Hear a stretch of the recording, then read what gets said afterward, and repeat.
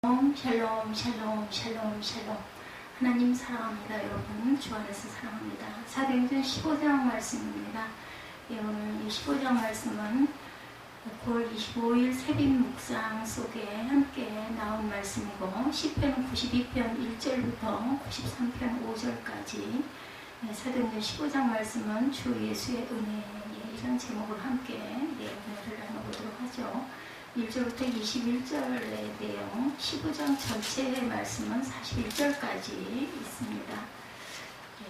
함께 말씀 속에서 은혜로 오늘도 하루를 승리하시고 충만하시는 저와 여러분들이 되시기를 주님의 이름으로 축복합니다. 초대교회 구성원들은 12제자를 비롯하여 대부분은 유대인들이었어요.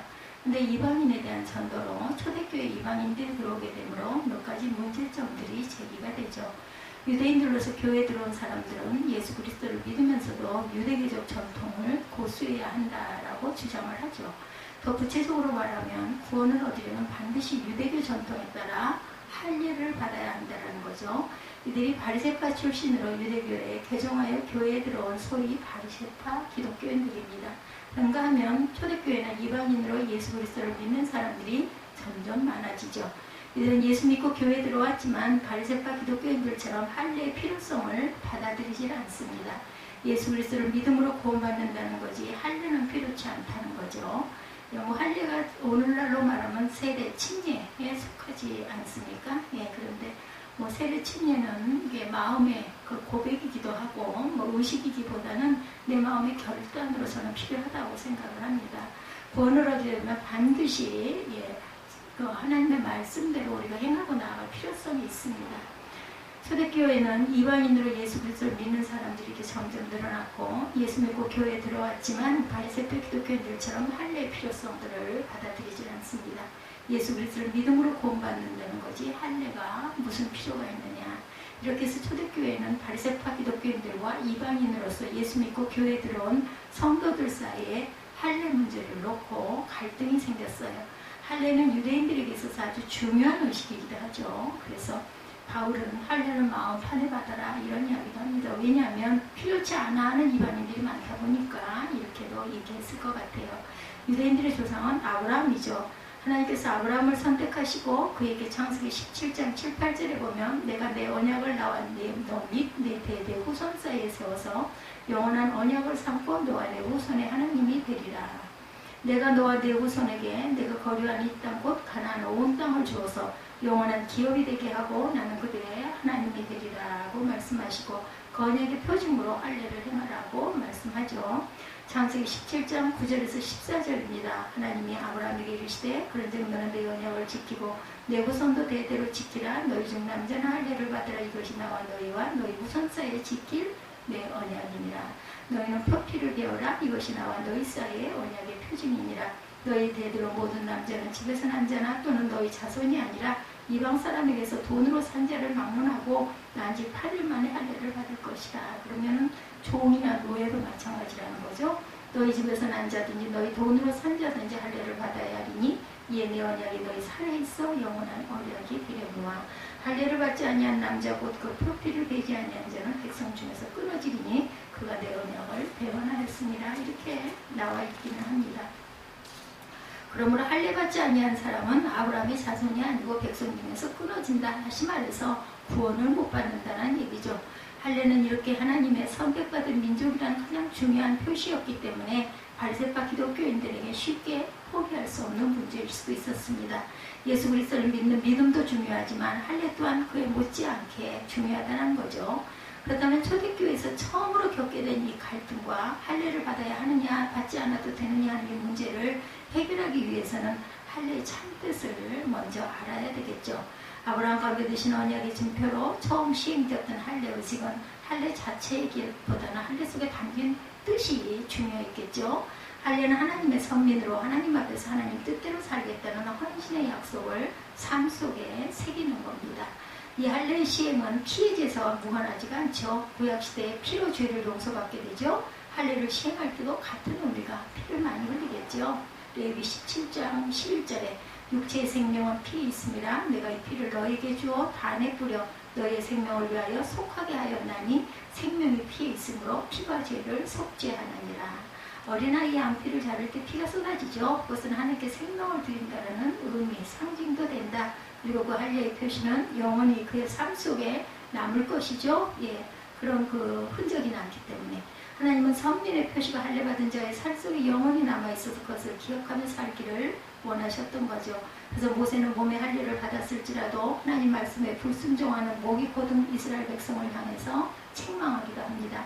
신명기 10장 16절에 그러므로 너희는 마음의 할례를 행하고 다시는 목을 굽게 하지 말라. 예레미야 선지자도 마음의 할례를 받으라고 외치죠. 예레미야 4장 4절에 유대인과 예루살렘 거민들아 너희는 스스로 할례를 행하여 너희 마음 가죽을 내고 나 야훼께 속하라. 그렇지 아니하면 너희 악행을 인하여 너희 분노가 불같이 발하여 사르리니 그것을 끌 자가 없으리라. 마음 가죽을 베라는 말은 마음을 하나님께 바치라는 말입니다. 또한 이스라엘 백성들이 하나님의 말씀을 듣지 않을 때 귀의 할례를 받지 못한 자들이다 라고 질책하기도 하죠. 에레미야 6장 10절이죠. 누구에게 말하면 누구에게 경책하여 듣게 할고 보라 그 귀가 할례를 받지 못하였으므로 듣지 못하는도다. 보라 야훼의 말씀을 그들이 자기에게 욕으로 여기고 이를 즐겨하느니라. 신약의 스데반도 이스라엘 백성들을 책망하죠. 사도행전 7장 51절에 목이 곱고 마음과 귀의 할례를 받지 못한 사람들아 너희가 항상 성령을 거스려 너 조상과 같이 너희가 하는도다 이렇게 말합니다. 근데 이스라엘 백성들은 할례가 가진 근본적인 계약의 의미는 망각하고 단순히 할례를 받았다는 사실로 만족하고 할례 표시만 있으면 무조건 천국에 들어갈 수 있다 이렇게 믿었던 게 문제죠. 그래서 바울은 빌립보 교인들에게 편지하면서 하나님의 성령으로 봉사하며 그리스도 예수를 자랑하고 육체를 신뢰하지 않는 사람이 곧 영적 할례를 받은 자다 이렇게 말합니다. 빌립보서 3장 3절이죠. 하나님의 성령으로 봉사하며 그리스도 예수를 자랑하고 육체를 신뢰하지 아니하는 우리가 곧 할례파라. 바울과 베드로는 할례받는 성도이지만 이방인 고넬료는 이탈리아 장교로 그의 경건한 신앙생활, 구제와 기도가 하나님께 상달되어 참된 하나님의 자녀가 되었음을 보여줍니다. 그럼에도 그는 할례를 받지 않았어요. 사도행전 10장 1절에서 5절에 보면 가이사랴에 고넬료라는 사람이 있으니 이달리아 부대라 하는 군대의 백부장이라. 그가 경건하여 온 지방과 더불어 하나님을 경외하며 백성을 많이 구제하고 하나님께 항상 기도하더니 하루는 제 부식쯤 되어 환상 중에 밝히 봄에 하나님의 사자가 들어와 이르되 고넬료야 하니 고넬료가 주목하여 보고 두려워 이르되 주여 무슨 일이니까 천사가 이르되 내 기도와 구제가 하나님 앞에 상달되어 기억하신 바가 되었으니 내가 지금 사람들을 요바로 보내어 베드로라는 시몬을 청하라 이렇게 말하죠. 예수께서 십자가에서 운명하셨을 때 그 곁에 있던 강도는 예수님을 구주로 믿는 고백을 하고 죽었는데 할례는 고사하고 주일 성수 당연히 안 했겠죠. 헌금도 11조도 하지 않은 사람입니다. 간단한 신앙 고백을 통해서 낙원에 들어가죠. 그러므로 할례나 율법 자체가 구원의 일이 아님을 우리가 알 수는 있습니다. 그렇다면 성경에 나오는 할례의 진정한 의미는 예수 그리스도로 말미암아 새로운 피조물이 된 것을 나타내는 것임을 알 수가 있죠. 고린도후서 5장 17절에 그런즉 누구든지 그리스도 안에 있으면 새로운 피조물이라 이전 것은 지나갔으니 보라 새 것이 되었도다. 구약의 할례는 신약의 세례와 같은 것이죠. 세례의 의미는 다음 서구에서 분명하게 설명합니다. 로마서 6장 3, 4절에 무릇 그리스도 예수와 합하여 세례를 받은 우리는 그의 죽으심과 합하여 세례를 받은 줄을 알지 못하느냐. 그러므로 우리가 그의 죽으심과 합하여 세례를 받음으로 그와 함께 장사되었나니 이는 아버지의 영광으로 말미암아 그리스도를 죽은 자 가운데서 살리신 것 같이 우리로 또한 새 생명 가운데 행하게 하려 합니다. 그래서 신약 골로새서 2장 11절에도 또 그 안에서 너희가 손으로 하지 아니한 할례를 받았으니 곧 육적 몸을 벗은 것이요 그리스도의 할례니라. 아멘. 할례는 하나님의 백성이라는 언약의 표시로 이스라엘 백성들의 몸에 새겨진 흔적인데 이 할례가 신약 시대에 와서는 그리스도의 할례 곧 세례로 바뀌었다라는 것. 육체적인 증거를 넘어 마음의 변화, 예수 믿음의 표현이 되었어요. 할례가 유대인들에게 혹은 유대인들이 되고자 하는 자에게 육체적으로 행해졌다면 세례는 그리스도인이 되는 영적 증거고 표시인 거죠. 세례를 받는다는 것은 자신의 옛사람을 물속에 장사 지내고 하나님의 자녀로 다시 태어난다라는 뜻입니다. 이를 베드로전서 3장 21절에서 물은 예수 그리스도의 부활하심으로 말미암아 이제 너희를 구원하는 편이 곧 세례라 이렇게 설명하고 있습니다. 이 말씀을 유의해 보면 세례라는 의식 자체가 구원을 주는 것이 아니고 구원의 표임을 알 수가 있습니다.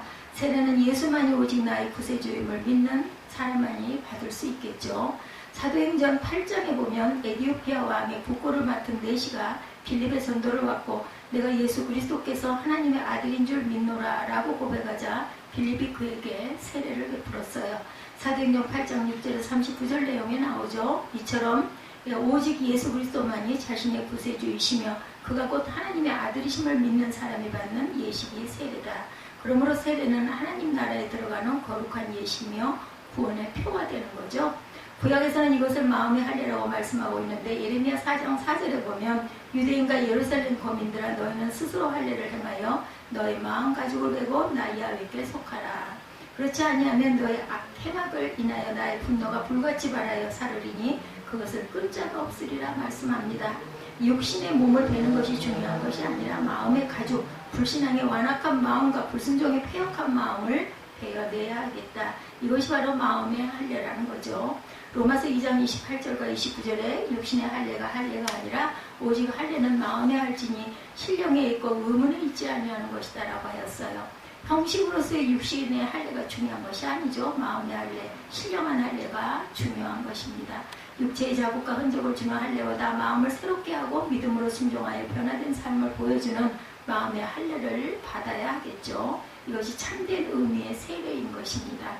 유대인들은 자신들의 할례당이라고 자랑합니다. 그리고 할례를 받지 못한 사람들과 이방인들을 멸시하고 천대했어요.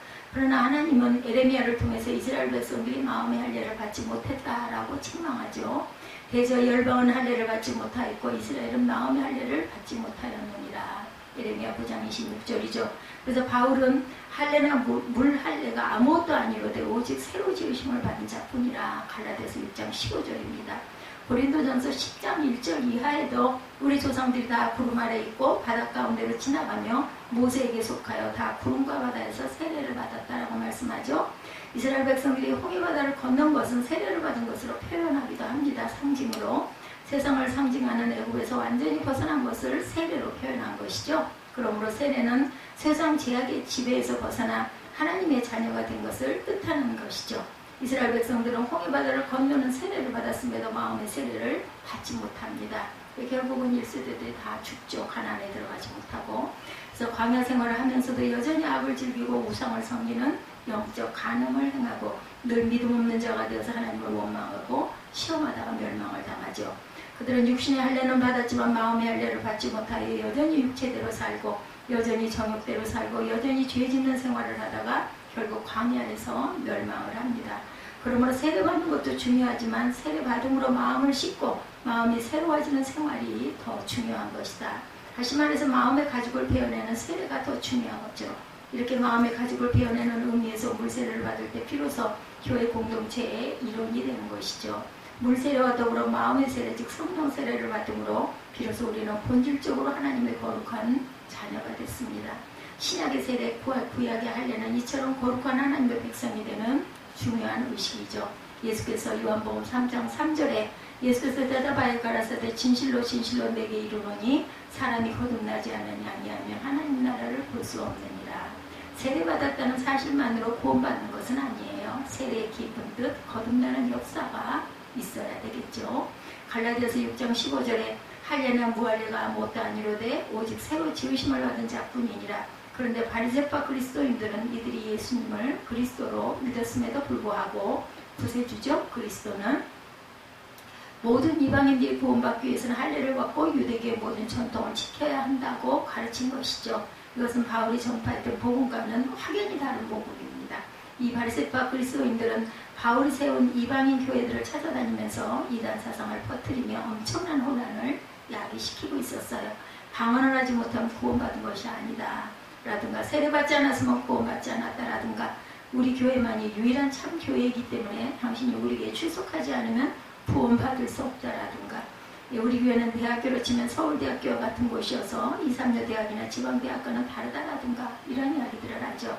이처럼 오늘날 많은 사람들이 옛날에 바리새파 그리스도인들이 가르쳤던 것과 기본적으로 동일한 이단 사상들을 가르치기도 합니다. 이런 모든 잘못과 가르침은 구원받기 위해서는 어떤 종류의 일을 행해야 한다는 사고방식의 근거하죠. 이런 사고방식은 모든 거짓된 종교들의 기본 원리입니다. 어떤 이들은 구원받기 위해서 그리스도를 믿는 것이 필요하다고 인정하면서도 믿는 것만으로 충분치가 않다. 그리스도를 믿는 것에 덧붙여서 이것이나 저것을 행해야 한다. 이렇게 가르칩니다. 구원은 전적으로 아무것도 덧붙이지 않은 오직 하나님의 은혜에 의한 것이죠. 누구든지 천국에 가려는 사람은 오직 주 예수의 은혜에 의해서만 그것에 갈 수 있어요. 여러분은 율법이 자신이 행한 행위, 일, 노력, 공로에 의거해서 천국에 가는 것이 아니죠. 로마서 3장 20절에 그러므로 율법의 행위로 그의 앞에 의롭다 하심을 얻은 육체가 없나니 율법으로는 죄를 깨달으니라 분명히 말씀합니다.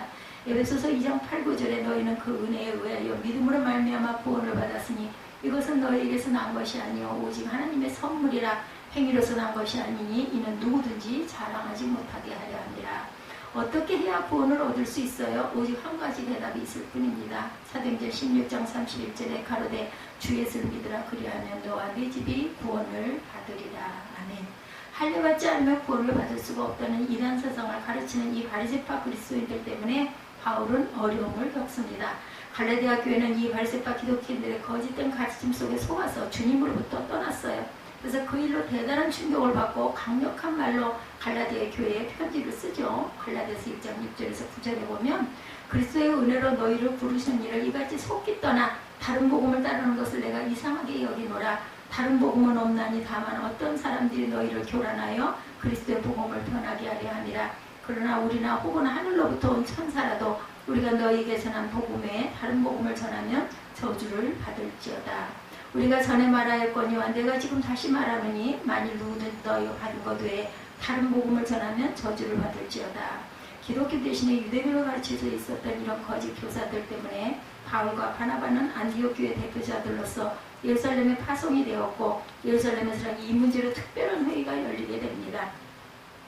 먼저 그리스도의 참 복음을 변호한 사람은 베드로였죠. 그는 하나님께서 최초로 이방인 고넬료의 복음을 전할 자로 택함받은 사람이었기 때문에 변호할 특별한 자격이 있었어요. 베드로가 변호합니다. 오늘 본문 7절에서 9절이죠. 많은 변론이 있으며 베드로가 일어나 말하되 형제들아 너희도 알거니와 하나님이 이방인들로 내 입에서 복음의 말씀을 들어 믿게 하시려고 오래전부터 너희 가운데서 나를 택하시고 또 마음으로 하시는 하나님이 우리로 개와 같이 그들에게 성령을 주어 증언하게 하시고 우리에게와 같이 그들에게도 성령을 주어 증언하시고 믿음으로 그들의 마음을 깨끗하게 하사 그들이나 우리나 차별하지 아니하셨느니라. 계속해서 베드로가 말하죠. 15장 10절에 근데 지금 너희가 어찌하여 하나님을 시험하여 우리 조상과 우리도 능히 매지 못한 멍에를 제자들의 목에 두려느냐. 우리가 저희와 동일하게 주 예수의 은혜로 구원받은 줄을 믿노라 하니라. 이것이 예루살렘 교회가 내린 복음의 영원한 결론이었어요. 유대인이나 이방인이나 모두 똑같은 방법으로 곧 주 예수 그리스도의 은혜로 구원을 받은 것이다. 우리가 예수 그리스도를 믿음으로 십자가의 보혈로 죄 씻음을 받고 거듭남으로 영생을 소유하고 하나님의 자녀가 되어서 영원한 천국을 바라보며 구원 얻은 백성으로 살아가게 된 것은 전혀 하나님의 은혜로 받은 것이다. 바울은 주 예수의 은혜를 강력하여 말합니다. 에베소서 2장 8, 9절이죠. 너희는 그 은혜에 의하여 말미암아 구원을 받았으니 이것은 너에게 난 것이 아니요 하나님의 선물이라. 그리고 때문에 행위에서 난 것이 아니냐 어느 누구도 자랑하지 못하리라. 갈라디아서 2장 16절에도 사람이 의롭게 되는 것은 율법의 행위에서 난 것이 아니요 오직 예수 그리스도를 믿음으로 말미암은 줄 아는 거로 우리도 그리스도 예수를 믿나니 이는 우리가 율법의 행위로서가 아니고 그리스도를 믿음으로써 의롭다함을 얻으려 함이라. 율법 행위로서 의롭다함을 얻을 육체가 없느니라. 아멘. 바리새파 그리스도인들의 거짓된 종교를 한마디로 요약하면 행하라 그리하면 살리라. Do and live입니다. 그렇죠? 바울의 참 복음을 한마디로 요약하면 믿으라 그러면 살리라. Believe and live입니다. Believe and live. 바로 이것이 오늘날 여러분이 참 복음과 거짓 복음을 구별하는 방법이죠. 우리가 믿으면 산다라는 것입니다. 인간은 스스로를 구원할 수 없다는 거죠. 성경은 그 이유를 다음과 같이 말합니다. 만물보다 거짓되고 심히 부패한 것은 마음이라 누가 능히 이를 알리요. believe and live죠. live, live가 아니라 예레미야 17장 9절에 만물보다 거짓되고 심히 부패한 것은 마음이라 누가 능히 이를 알리요. 마가복음 7장 21절에서 23절에 속에서 곧 사람의 마음에서 나오는 것은 악한 생각, 음란과 도둑질과 살인과 간음과 탐욕과 악독과 속임과 음탕과 질투와 비방과 교만과 우매함이니 이 모든 악한 것이 다 속에서 나와 사람을 더럽게 하니라. 부패된 인간의 마음을 가진 죄인으로서 스스로 구원할 수 없는 것. 유명한 그 찬송 작사가인 뉴턴은 이런 말을 합니다. 나는 하늘나라에서 세 가지의 놀라운 현상을 보게 되었다. 하나는 틀림없이 와 있을 것으로 생각한 사람들이 보이지 않아서 놀라고, 둘째는 하늘나라의 문턱에도 가지 못할 것이라고 판단했던 사람들이 와 있는 것을 보고 놀라고, 셋째로 나 같은 인간이 하늘나라에 들어왔음을 알고 놀랐다. 이는 하나님의 은혜를 설명하는 말이죠. 인간의 관찰로 누가 천국 시민이 될 수 있는지 알 수가 없어요. 왜냐하면 우리는 도덕적인 행위를 보고 선과 악을 판정하기 때문인데, 하나님의 평가는 각도가 다르다는 것. 하나님은 나는 착한 일을 했습니다 하고 내세우는 자칭 선임보다도 나는 죄인입니다 하며 하나님의 은혜에 맡기는 믿음을 더욱 귀하게 여기시죠. 죄는 인간의 마음속에서 생기는 것인데, 인간이 아무리 도덕적인 노력과 선행과 할례를 받는 그런 겉모습을 뜯어고치는 일을 해도 그런 것으로는 절대로 죄를 씻어낼 수가 없다는 것. 성령의 내적 역사로 십자가의 보혈의 생명이 우리 마음속에 흘러 들어갈 때만 가능한 것이죠. 그것은 전적으로 주 예수의 은혜로만 이루어지는 거죠. 할례나 무할례가 인간을 구원하는데 아무런 영향을 끼칠 수가 없습니다. 바울은 분명히 말합니다. 갈라디아서 5장 4절에서 6절에 율법 안에서 의롭다함을 얻으려 하는 너희는 그리스도에서 끊어지고 은혜에서 떨어진 자로다. 우리가 성령으로 믿음을 따라 의의 소망을 기다리노니 그리스도 예수 안에서는 할례나 무할례나 효력이 없으되 사람으로서 역사하는 믿음뿐이니라. 아멘. 영원한 진리는 오직 주 예수 그리스도를 믿음으로만 구원을 받을 수 있다는 것이죠. 잊지 마시기 바랍니다. 갈라디아서 5장에서 6절 마지막 부분, 사람으로서 역사하는 믿음뿐이니라. 우리가 그리스도에 의해서 끊어지지 않는 방법, 우리가 구원을 받을 수 있는 온전한 방법은 우리가 할례나 무할례가 중요한 게 아니라 사랑으로 역사하는 믿음이다. 영원한 진리는 오직 주 예수 그리스도의 믿음으로만 구원을 받을 수가 있다. 오직 은혜로라는 이 한마디는 루터의 결론이었고 종교개혁의 핵심입니다. 루터는 이것을 십자가의 신학이다 이렇게 불렀어요. 은혜란 말은 루터 이전에도 사용이 됐었죠. 그러나 루터는 은혜에 대해서 바른 해석을 내렸어요. 은혜란 살 수도 없고 팔 수도 없어요. 인간의 어떤 공적에 의해서 포장될 수 있는 것이 아닙니다. 은혜란 하나님의 가운데 이름, 믿을 네임이라고 그러죠. 사용하는 성과 이름 사이에 가운데 이름을 가져요. 그렇죠? 은혜는 하나님 자신입니다. 은혜는 바로 날 구해서 태어나신 하나님, 십자가에 못 박히신 하나님, 성자 하나님이시죠. 롱펠로우가 그 미국의 시인이죠. 휴지를 집어들어 갑자기 떠오는 시상을 적은 것이 6,000달러에 팔렸다고 그래요. 휴지의 위대한 문학성이 더해지자 금보다 더 귀한 값이 되었다는 거죠. 롱펠로우는 보통 메모지인 그 사인을 해서 100만 달러로 움직일 수도 있었던 사람입니다. 값없는 종이 조각의 배후에 든든한 성명이 더해진 값어치. 미국 정부가 종이 조각에 독수리 도장을 찍으면 그것은 100만 달러짜리 지폐가 되고 전 세계 가게에서 받아줍니다. 종이 조각이 정부 보증이 더해진 값이죠. 피카소가 종이 조각에 대생한 것은 집안채 값이라고 하네요. 무가치한 종이에 천재 이름이 붙어 엄청난 가치로 변화가 됩니다. 루터가 깨달은 은혜가 바로 그것이었죠. 우리는 무가치한 인간이지만 하나님의 은혜가 가해질 때 하나님의 자녀라는 엄청난 가치가 발생된다는 것. 내가 구원함을 받아 새로운 인간이 되는 것은 오직 예수 그리스도를 통하여 값없이 주신 하나님의 은혜로만 이루어지죠. 구원은 오직 은혜로만 이루어지는 엄청난 가치입니다. 주 예수의 은혜로 말미암아 여러분은 이 세상에서 가장 존귀한 사람들이 되셨어요. 그래서 다윗은 시편 16편 2, 3절에 내가 여호와께 아뢰되 주는 나의 하나님 주님이시오니 주밖에는 나의 복이 없다 하였나이다. 땅에 있는 성도들은 존귀한 자들이 나의 모든 즐거움이 그들에게 있도다. 주 예수의 은혜가 충만함으로 하나님 나라에 넉넉히 들어갈 뿐만 아니라 여러분의 삶이 무가치한 가치로 무한한 가치의 창조되시는 그러한 삶이 되시기를 주님의 이름으로 축복합니다. 오늘은 시편 92편 1절에서 93편 5절까지 시편과 사도행전 15장 1절에서 21절 9월 25일 새벽 묵상을 함께 나누셨습니다.